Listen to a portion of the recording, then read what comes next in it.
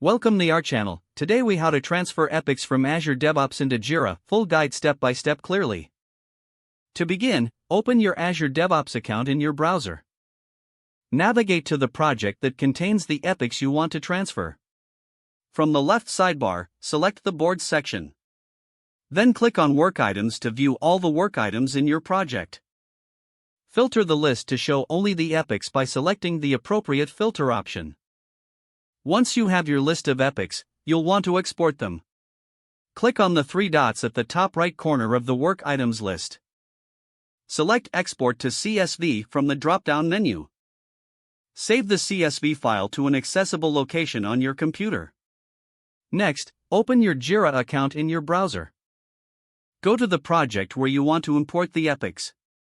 Navigate to the Issues section in the Jira sidebar. Click on the ellipsis icon and select Import Issues from CSV. Choose the CSV file you exported from Azure DevOps. At this point, Jira will prompt you to map the fields from the CSV to the corresponding Jira fields. Ensure that you properly match the epic name and any other relevant fields. Once you have mapped all necessary fields, continue to the next step. Review the settings and confirm that everything is correct. Jira will then begin the import process. Once the import is complete, check the Issues section to see your newly imported epics. Make sure to verify that all details transferred correctly. You can now manage your epics within Jira as needed.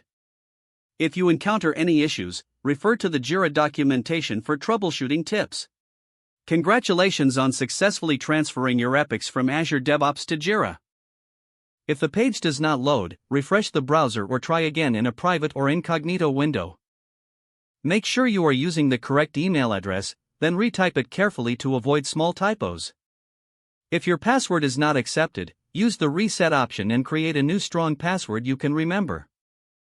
Check your spam folder for verification or security emails, then complete any requested. Enable two-factor authentication if available to improve account security and reduce unauthorized access risk.